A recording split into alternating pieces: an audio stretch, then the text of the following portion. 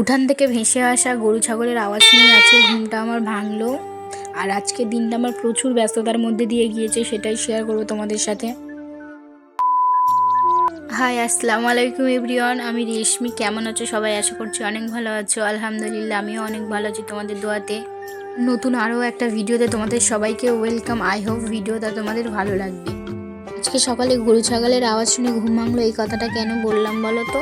আমাদের গরু ছাগল আছে, আমার শ্বশুরের, উনি পোষে গরু ছাগল, আমাদের সবই আছে, হাঁস মুরগিও আছে।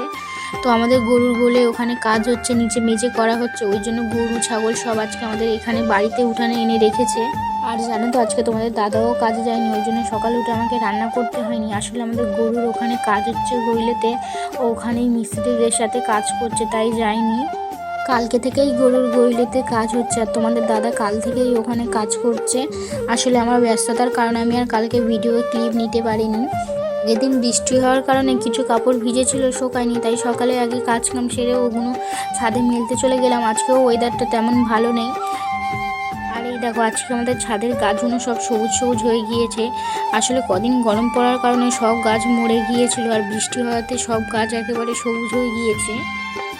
ছাদ থেকে নেমে এসে সোজা চলে এসেছিলাম রান্নাঘরে, রুটি করবো সবার জন্য টিফিনে। তাই আমাদের ঘরে সকালে ডেলি টিফিনে রুটি হয়, তোমরা তো জানো।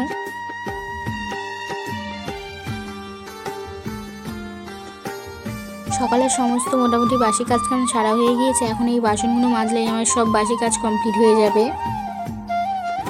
আমি এখন উঠে সকালে কলে খেলা বাসন বাজছে, আমার মেয়ে ঘুম থেকে উঠে আমাকে কেমনভাবে ডাকতে থাকে, ওই শুয়ে আছে আর আমাকে ডাকছে মা মা। ও বাবা, তুমি মা বলো। সকালবেলা ঘুম থেকে উঠে যখন এই মা বলে ডাকে, সত্যি কথা বলতে গেলে আমার তো সব ক্লান্তি দূর হয়ে যায়, আর কেন জানি না একটা অদ্ভুত শান্তি মতন লাগে। এখন এই 9:30 মতন বাজে। এর মধ্যে মেয়েকে ফ্রেশ করিয়ে খাইয়ে দিয়েছি, আমি নিজেও খেয়ে নিয়েছি। নিয়ে আর এখন আমার শাশুড়ির ঘরে বিছানা তুলতে এসেছি। জানো তো, এই খাটটা আমার শাশুড়ির বিয়ের খাট, প্রায় আজ থেকে 30 বছর আগেকার খাট। তাও এখনও দেখো কত সুন্দর রয়েছে। আমার শাশুড়ি ঘরে বিছানা তুলে ঘর দাবার ঝাঁট দিয়ে এখন আমি আমার ঘরে এসেছি। তোমাদের দাদা তো সকালে টিফিন করে গইলে চলে গিয়েছে, কারণ আজকে মিস্ত্রি হয়েছে, তাই ওখানেই চলে গিয়েছে।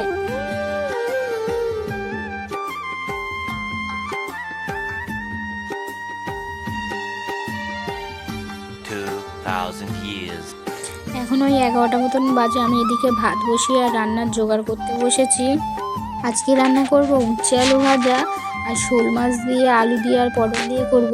তোমরা তো জানো, দুদিন আগে তোমাদের দাদা মাছ ধরে নিয়ে এসেছিলো, বাড়িতে মাছ থাকার কারণে ওই মাছগুলো আর রান্না করা হয়নি। আজকে রান্না করব, আর মাংস রান্না করছি।